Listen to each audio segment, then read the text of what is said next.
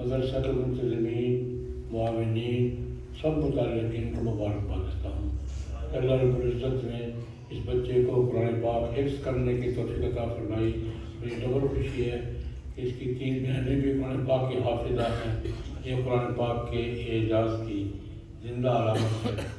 تو میں اس مبارکباد دیتے ہوئے مختصر وقت میں 2-3 باتیں عرض کرنا چاہوں گا کہ ہم اس بچے کی خوشی میں بیٹھے ہیں اور عنوان ہے عظمت قرآن کریم کانفرنس۔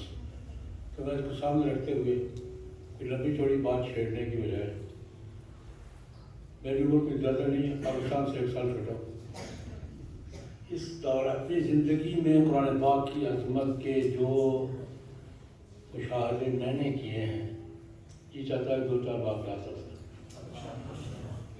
میری آنکھوں کے سامنے پرانی مدنیات میرے سامنے، میری اس مختصر زندگی میں کہ جن مشاہدات کو میں نے دیکھا ہے قرآن پاک کی عظمت پر، 2-3 مشاہدات عرض کر دو۔ مجھے بہت خوشی ہو رہی ہے کسی تمہید کے بغیر۔ پہلی بات یہ، مجھے غالباً 1990 میں اتفاق ہوا، برطانیہ میں بہت گیا ہوں، میں بہت گیا ہوں۔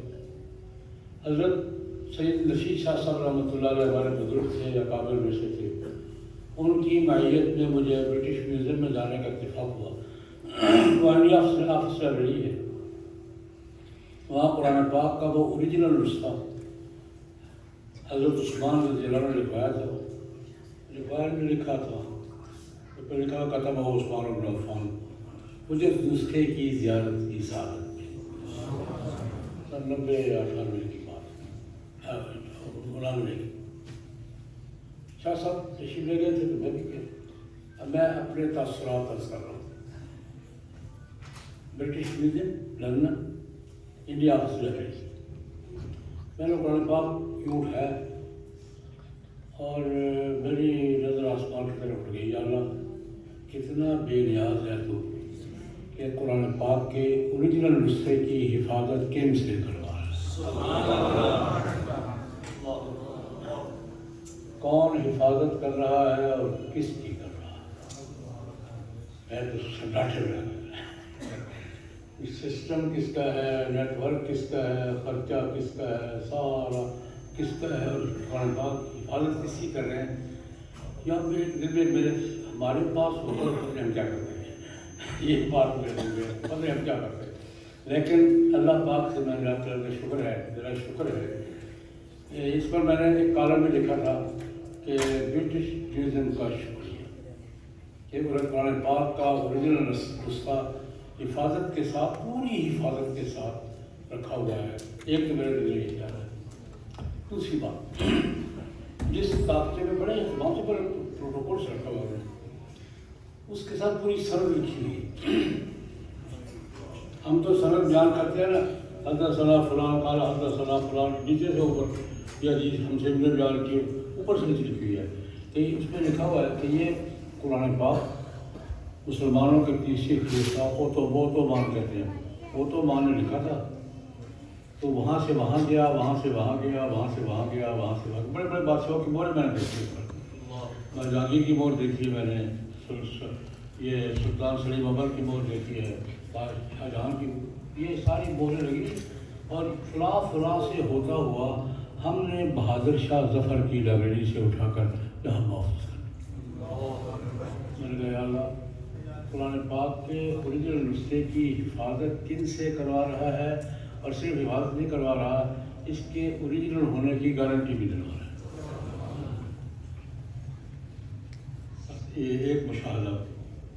ایک کہا مجھے، میں بڑا پھرنتو آدمی ہوں، دنیا میں گھومتا پھرتا رہتا ہوں، ہمارا کرتا آدمی ہوں۔ امریکہ کا شہر ہے بالٹیمور، ایک بار گیا میں تو 29 شعبان تھی، چاند شام کے وقت میں فلائٹ اترا بالٹیمور کے ایئرپورٹ پر، میرا بیٹا وہاں رہتا تھا، وہ لینے آیا تھا مجھے، میرے سے کہا کوئی چاند ہو گیا ہے، چاند کا اعلان ہو گیا ہے، ان کے بیٹے کے گھر جانے سے پہلے مسجد تلاش کرو، کوئی خطرہ بھی پڑ گیا، پہلا موقع ہے، پہلا دن رمضان کا خطرہ بھی پڑے بغیر ٹھیک نہیں لگتا، کوئی مسجد تلاش کرو، گوگل پہ تلاش کی، مسجد تلاش کرو، تو تراویح پڑھ کے جا جائیں گے، 2 گھنٹے ڈیڑھ ہو جائے گی اپنے پڑھنا ہے. تو خیر اس سے مسجد تلاش کی، مسجد رحم بڑی مشہور مسجد ہے، اوپر پہ دیکھیے. ہم آ گئے تو نماز کی تیاری ہو رہی تھی، جماعت ہو رہی تھی فرض. ایک بڑے ہال میں 150 آدمی تھے، 7 والے ہال میں تو 100-200 خواتین تھی، جماعت کھڑی تھی، بات تشریف ہو گئی.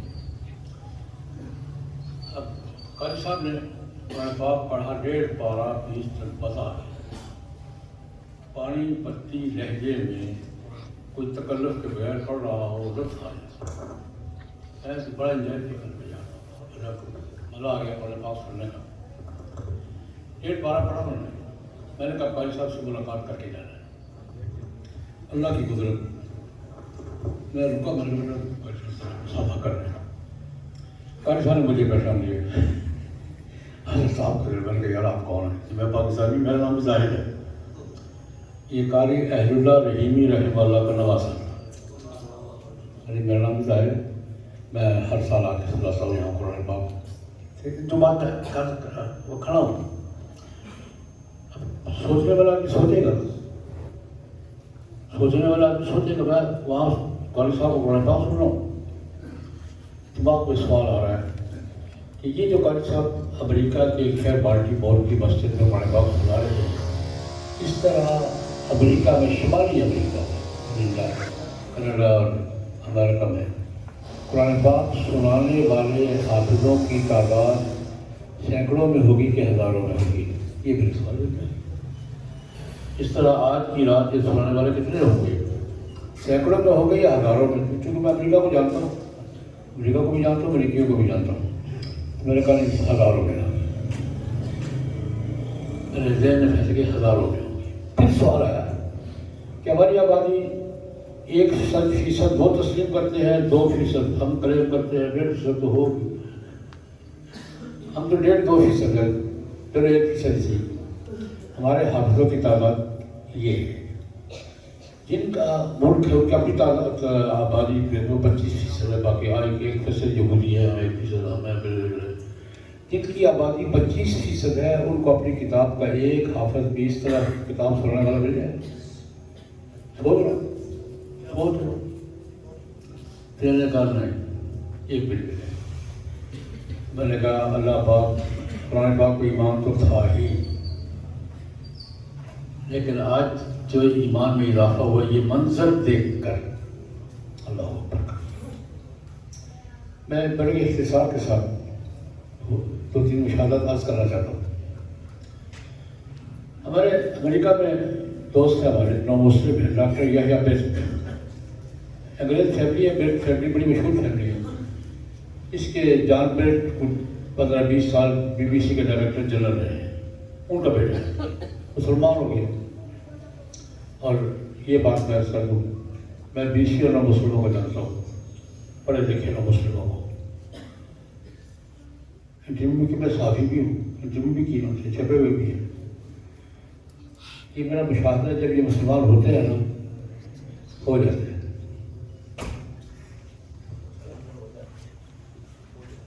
یہ مسلمان ہوتے ہیں تو ہو جاتے ہیں. ہم ہیں اور نہیں ہو رہے. یہ ہوتے ہیں تو ہوگا. پیچھے ہوتا تو میں انٹرویو کیا پڑھنا چاہوں گا، انٹرویو مہیا کر دوں گا، میری جیب میں سارے ان کو ہم نے استقبال کیا. انہوں نے اپنی رپورٹ سے وہ رپورٹ مختصر ان کا مسلمان ہونے کے بعد اس نے دین پڑھا ہے، یہ جماعت کے ساتھ سال لگایا ہے، انڈیا آیا ہے، سب کچھ جانتا ہے. اب وہ آکسفورڈ میں بیٹھا ہے. اس کی PhD کا موضوع یہ تھا جو ڈاکٹریٹ کی اس نے. اور اگر کوئی دوست یحییٰ بیسٹ کے عنوان سے نیٹ پہ جائے گا تو مل جائے گا آپ کو. اس لیے کہ مجھے اس بات پہ سوال ہوا میرا کہ 9/11 کے بعد مسلمان کیوں ہو رہے ہیں اور بھی دنیا کے لوگ مسلمان کیوں ہو رہے ہیں. تو میں نے PhD کا موضوع منتخب کر لیا کہ 9/11 کے بعد بھی لوگ مسلمان ہو رہے ہیں کیوں. تو میں نے فوکس کیا 10 سال اور یورپ، امریکہ چھوڑ دیا.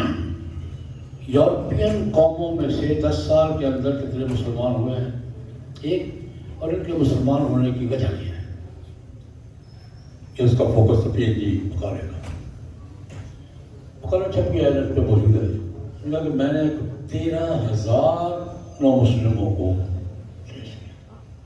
یورپین نسلوں کے، امریکن نہیں، یورپین نسلوں کے 13,000 کے قریب میں نے اپنے پی ایچ ڈی کے مقابلے کے لیے ان سے رابطے کیے، اور میں نے یہ طے کیا دیکھا ان میں سے 80% وہ ہیں جو قرآن پاک سے اسٹڈی کر کے مسلمان، جو قرآن پاک اسٹڈی کر کے مسلمان، ان میں سے ایک سے میں نے بھی انٹرویو کیا ہے، برمنگھم کا یوسف، وہ چھپا ہوا ہے تو کیسے مسلمان ہو گئے؟ اس نے کہا میں عیسائی انگریز عیسائی، اور جو نیشنلسٹ انگریز ہیں، کالوں سے نفرت کرنے والے جو برطانیہ جاتے ہیں ان کو پتہ ہے کیسے آوازیں کستے ہیں اور کیسے وہ توہین کرتے ہیں، ان میں سے تھا۔ ایک دن میں بازار سے جا رہا تھا، ایک کتاب کے دکان سے ایک خوبصورت سی کتاب چھوٹی سی دیکھی میں نے، تو مجھے وہ کتاب میز پر ڈیکوریشن پیس کے طور پہ اچھی میز پہ رکھتے ہیں ڈیکوریشن کے لیے پیس، تھوڑا مجھے اچھی لگی، میں نے وہ لے کے میں نے میز پہ رکھ لی، مجھے نہیں پتا کون سی کتاب ہے، کیا کتاب ہے، بس مجھے ڈیکوریشن پیس کے طور پہ لگی۔ میرا ایک دوست آیا، اس نے یہ کیا رکھا ہوا ہے؟ ڈیکوریشن پیس نہیں ہے، مسلمانوں کی ہولی پہ قرآن رکھا ہوا ہے تم نے، یہ کیا رکھا ہوا ہے؟ کہتے ایک دفعہ میرا جی چاہا کہ اٹھا کر ڈسٹ بن میں پھینک دوں، پھر میں نے کہا کس کو پتا ہے، اچھا لگ رہا ہے، میں نے پھینکا نہیں، چھوڑ دی۔ اب اگلی بات میں کر رہا ہوں، وہ میرے پہ پڑھا رہا، قرآن پاک کو دیکھتا رہا، کیا خیال ہے قرآن پاک پہ مسلسل نظر پڑتی رہے تو قرآن پاک اپنا کام نہیں کرے گا، قرآن اپنا کام نہیں کرے گا۔ خیال آیا کہ یار اس کو پڑھوں تو صحیح نہ، تو میں تلاش کیا کہ اس کا کوئی مجھے ٹرانسلیشن مل جائے، ترجمہ مل جائے، تو پکتال کا ترجمہ مل گیا، مشہور ترجمہ ہے پکتال کا۔ میں نے 5-7 صفحے اسٹڈی کی ایسے دیکھتے ہوئے، بند کرنا پڑا اس کتاب کو، اس کتاب کے مضمون سے کہ کتاب اس قرآن پاک نے اتنے اوریجنل انداز میں زندگی کے حقائق بیان کیے، مجھے کہیں نظر نہیں آیا۔ میں نے کلمہ پڑھا، مسلمان ہوا، وہ پھر بیچری بازی اس کا۔ ایک دفعہ میں نے آپ کو بتایا میں بڑا پھرتا آدمی ہوں، ہمارا کرنا گھومتا پھرتا رہتا ہوں۔ نیو یارک میں بروکلین میں ایک امریکن پولیس افسر مسلمان، اور میں ڈپٹی چیف تھا بروکلین کی پولیس کا، کالا تھا، میں امریکن تھا، مائیکل اس کا نام تھا۔ تو بروکلین کی ایک مسجد والوں اس کو افطاری دی تھی، اس افطاری میں بھی شریک ہوا، تو میں نے یہ وہاں کے جرنلسٹ نے سوال کیا، مائیکل اس فضا میں 9/11 کے بعد تو مسلمان ہوئے، وجہ تو میں مسلمان کیا کس نے؟ اس نے کہا اتفاق سے میں نے قرآن پاک اسٹڈی کیا، اور میں نے دیکھا کہ لائف کے نیچرل ایشوز اتنا سمپلی قرآن ڈسکس کرتا ہے کوئی نہیں، زندگی کے عملی مسائل کو اتنا فطری انداز میں قرآن پاک بیان کرتا ہے، مجھے کہیں نہیں ملے۔ لائف کے پریکٹیکل ایشوز اتنا نیچرلی قرآن ٹچ کرتا کوئی نہیں کرتا، یہ میں بول۔ اچھا، یہ تو میرے ذاتی مشاہدے ہیں، اور بھی میں نے 3-4 شروع کیا، میں وہ تفصیل میں نہیں کرتا، کڑی دیکھ رہا ہوں۔ ایک پہلو اور ہے، آپ کو ابھی معیشت نے ہمارا کیا حال کر رکھا ہے، معیشت نے ہمارا کیا حال کر رکھا ہے، ہمارا نہیں دنیا کا۔ آپ کو وہ پرانا دور یاد ہوگا جب ملٹی نیشنل کمپنیاں بیٹھ رہی تھی اور افسر پتھر ہو گیا تھا اور پورا مظاہرے ہو رہے تھے اور معیشت کا پورا نظام ڈاما ڈول ہو گیا تھا. جو 15-20 سال پہلے دن میں ہوگا اس وقت کے پاپا تھے پوپ بینیڈکٹ. اب پوپ فرانسس ہے. پوپ بینیڈکٹ اس وقت پاپا تھے. انہوں نے کمیٹی بنائی کہ اس معاشی بحران میں ہمیں ویٹیکن سٹی کو کیا موقف اختیار کرنا چاہیے. موقف طے کریں.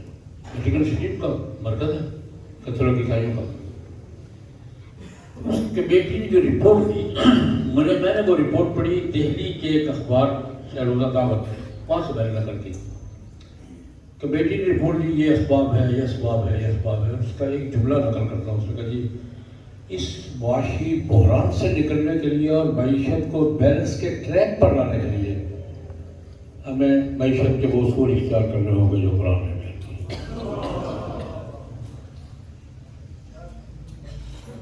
اب جو چاہے گا میں اپنی رپورٹ مہیا کرتا ہوں کہ یہ اس دور کی بات ہے.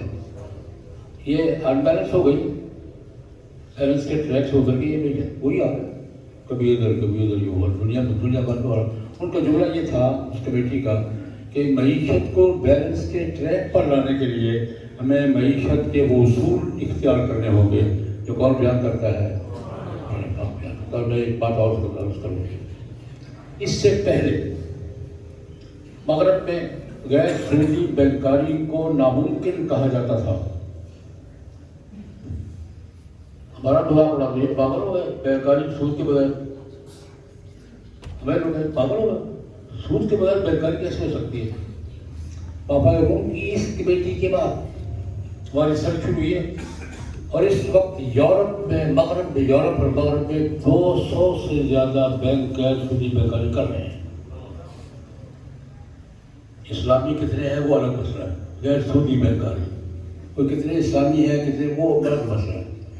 لیکن 200 سے زیادہ بینک غیر سودی بینکاری کر رہے ہیں اور اس لیول پر کر رہے ہیں. ٹونی بلیئر صاحب یاد ہے؟ ٹونی بلیئر یاد جب وزیر اعظم تھا تو اس نے ایک کانفرنس کی تھی. اس وقت عالمی سطح پر پیرس اور لندن میں اس بات پہ چپکر چل رہی ہے کہ غیر سودی بینکاری کا سینٹر پیرس ہوگا کہ لندن ہوگا.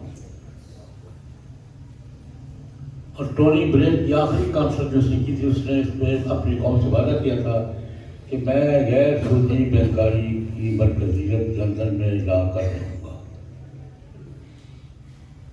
یہ اس پاپا کی رپورٹ کی بات یہ ساری تبدیلی میں جو دیکھتا رہتا ہوں میرے نظروں کا اس کے بعد یہ تبدیلیاں آ رہی ہیں.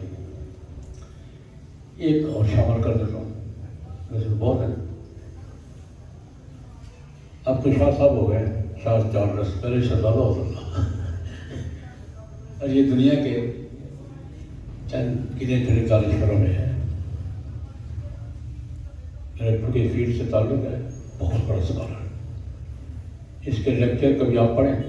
ایک میں نے بھی چھاپا ہے.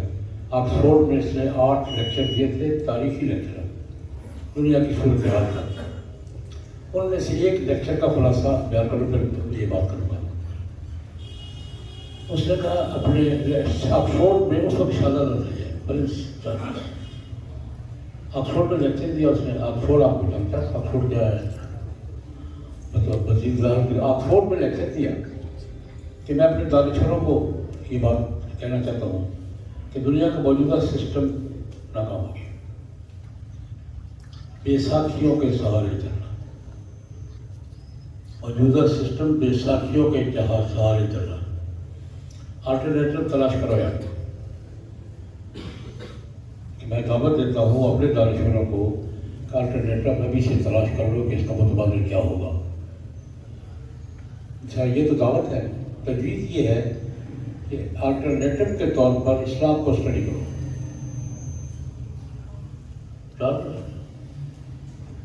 اس نظام کی ناکامی کے بعد متبادل کے طور پر کس کو اسٹڈی کرو؟ اسلام کو اسٹڈی کرو. بطور سسٹم آف لائف اسٹڈی کرو. اسلام کو اسٹڈی کرو بتاؤ سسٹم آف لائف اسٹڈی کرو. لیکن ایک جملہ اور بھی اس نے کہا میں مشورہ دوں گا کہ اسلام کو اسٹڈی کرتے ہوئے دو باتیں بھول جائیں. میں اپنے دانشوروں کو مشورہ دوں گا کہ اسلام اسٹڈی کرتے ہوئے دو باتیں بھول جائیں. ہمارے بڑے ہمیں اسلام اور مسلمانوں کے بارے میں کیا بتاتے آ رہے ہیں بھول جاؤ. دوسری بات مطلب اس وقت جو مسلمان جو کچھ نظر آ رہے ہیں بھول جاؤ.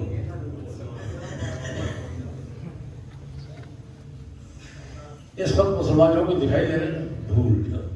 اسلام کو اوریجنل سورسز سے اسٹڈی کرو, تاریخ سے اور ساتھ اندرس سے اسٹڈی کرو. یہ مستقبل کی ضرورت ہے. لیکن جو بات چار اس کے بارے میں بتانا چاہ رہا ہوں, نیو یارک میں کانفرنس آج کا کرنٹ ایشو ہے پولیوشن, ماحولیات, موسمی تغیرات, یہ ہمارے اپنے کیے ہوئے ہیں. ہماری آپ کی حرکتوں کر دی جائے. اس پر بھی میں امریکہ اور فرانس کی کشمکش ہے کہ جو صنعتیں ماحولیات میں تبدیلی کا باعث بن رہی ہیں, جو صنعتیں تابکاری اثرات پھیلا رہی ہیں, کیمیاوی اثرات پھیلا رہی ہیں, ان کو بند کر دینا چاہیے. فرانس کا موقف یہ ہے اور امریکہ کا تو کاروبار یہی ہے. امریکہ کا سارا کاروبار یہی ہے. فرانس اس وقت بھی کشمکش کر رہی ہے. اس فضا میں کانفرنس ہوئی نیو یارک میں بین الاقوامی پولیوشن سے کیسے بچا جائے. پولیوشن اب تو پولیوشن اپنی انتہا کو پہنچ گئی ہے. جو آپ دیکھ رہے ہیں موسمی تغیرات اور جو کچھ ہو رہا ہے آپ کے سامنے ہے. تو اس کا لیکچر امریکہ کے اخبارات میں چھپا. میں اس اتفاق سے نیو یارک میں تھا کانفرنس میں مجھے کون بولا تھا. اتفاق میں تھا تو بعد سے میں نے وہ رپورٹیں دی. اس نے کہا کہ دیکھو ایمانداری کی بات ہے, دنیا کو پولیوشن ماحولیات کی تباہ کاریوں سے بچانا ہے تو معاشرت کے وہ اصول اختیار کرنے ہوں گے جو قرآن پاک ہے. تو میں نے گزارش کی تھی قرآن پاک کی عظمت کے وہ چند مشن میں نے کیے ہیں, پتہ بے شمار بکھرے پڑے ہیں. یہ وہ چیز میرے مشاہدے میں ہے اور میں بات جو میں شریک بھی رہا ہوں. تو قرآن پاک کل بھی عظیم تھا, آج بھی عظیم ہے. اور یہ بات بطور تاریخ کے طالب علم میں الحمدللہ تاریخ کا بھی طالب علم ہوں, سماجیات کا بھی طالب علم ہوں. مستقبل قرآن پاک کا ہے. ایسے جیسے کل سورج میرا ایمان ہے. مستقبل قرآن پاک کا ہے اور کوئی آپشن نہیں دنیا کے پاس. اپنے دلدل سے نکلنے کے لیے اور صحیح ذہن پانے کے لیے قرآن پاک کے بعد دنیا کے پاس کوئی آپشن نہیں ہے. لیکن میرے اور آپ کے لیے سوچنے کی بات یہ نہیں ہے کہ ہوگا, اس پہ میرا آپ کا کوئی حصہ ہوگا یا اللہ پاک کسی اور سے کام لے گا. مجھے پریشانی یہ ہے کہ وہ ہوگا تو صحیح, ہمارے ہاتھوں ہوگا یا اللہ پاک اور قوم کھڑی کر لے جاؤ تو بیکار ہوگا. اللہ پاک ہمیں اس میں کردار ادا کرنے کی توفیق عطا فرمائے. اس بچے کو اللہ پاک قرآن پاک یاد رکھنے کی توفیق عطا فرمائے. اللہ پاک اس کا پڑھنا اس کے والدین کے لیے, اس کے لیے, اس کے خاندان کے لیے, اساتذہ کے لیے, اس مسجد مدرسہ اور جہاں یہ پڑھا ہے متظمین کے لیے دنیا اور آخرت کی برکتوں کا ذریعہ بنائے. اور ہمیں قرآن پاک کا اور سنت رسول کا ذوق نصیب فرمائے. دنیا اور آخرت میں یہ وابستگی ہماری مستحکم فرمائے. ایمان پر خاتمہ نصیب فرمائے. وصلی اللہ تعالیٰ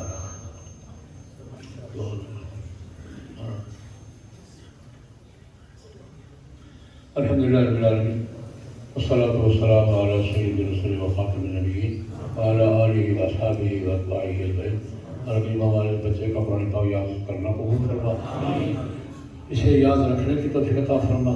قرآن پاک کا علم عطا فرما, فہم نصیب فرما, عمل کی توفیق عطا فرما, خدمت کے مواقع نصیب فرما. تو بھی اس کی بہنوں کو بھی اس کے خاندان کو قرآن پاک کی خدمت زندگی بھر کرتے رہنے کی توفیق عطا فرما. ہم سب کو قرآن پاک کا ذوق نصیب فرما. جناب نبی کریم صلی اللہ علیہ وسلم کی سنت مبارکہ کا ذوق نصیب فرما. ایمان کی زندگی عطا فرما. مولا کریم بیماروں کو شفا عطا فرما، مقبول و مقدس سے جان دے۔ مولانا فرمانے بہت سے دوستوں نے دعاؤں کے لیے کہا ہے، اللہ پاک جانتا ہے، مولا کریم سب کی مشکلات دور فرما، سب کے لیے آسانیاں پیدا فرما۔ مولا کریم ہمارے فلسطینی بھائیوں کی مدد فرما، بڑے بحران میں ہیں اور ہم بہت بے حس ہیں، ہمارے بھائی مر رہے ہیں، کٹ رہے ہیں، ہماری بے حسی کو مولا کریم مہربانی کرو، ہمیں بے حس ہونے سے نکال۔ بے حسی بھی اب تو بے غیرتی کے حد تک پہنچ گئے ہیں، مولا کریم ہمیں غیرت عطا فرما، حس نصیب فرما، اپنے بھائیوں کا درد نصیب فرما، اپنے بھائیوں کا ساتھ دینے کی توفیق عطا فرما۔ دنیا میں جو بھی مظلوم ہے اس کی مدد فرما، ظالم کو اس کے ناپاک ارادوں میں ناکام فرما۔ مولا کریم خیر کے ارادے، مولا کریم ہم اس وقت قومی سطح پر اپنے مستقبل کے فیصلے کرنے کی کوشش کر رہے ہیں، ہم سب کو مل کر کوئی بہتر فیصلہ کرنے کی، پاکستان کی سالمیت وحدت استحکام کی حفاظت فرما، ہمیں قومی خود مختاری عطا فرما، قومی خود مختاری بحال فرما، ہمیں اپنے فیصلے خود کرنے کی توفیق عطا فرما، بیرونی مداخلت سے اور بیرونی دخل اندازی سے نجات عطا فرما، اور اگر قرآن و سنت کی حکمرانی نصیب فرما، شریعت کی عبادت نصیب فرما، ایمان کی زندگی عطا فرما، ایمان پر خاتمہ نصیب فرما۔ ربنا تقبل منا انك انت السميع العليم وتب علينا انك انت التواب الرحيم، وصلى الله تعالى على خير خلقه محمد وآله وأصحابه وأتباعه أجمعين برحمتك.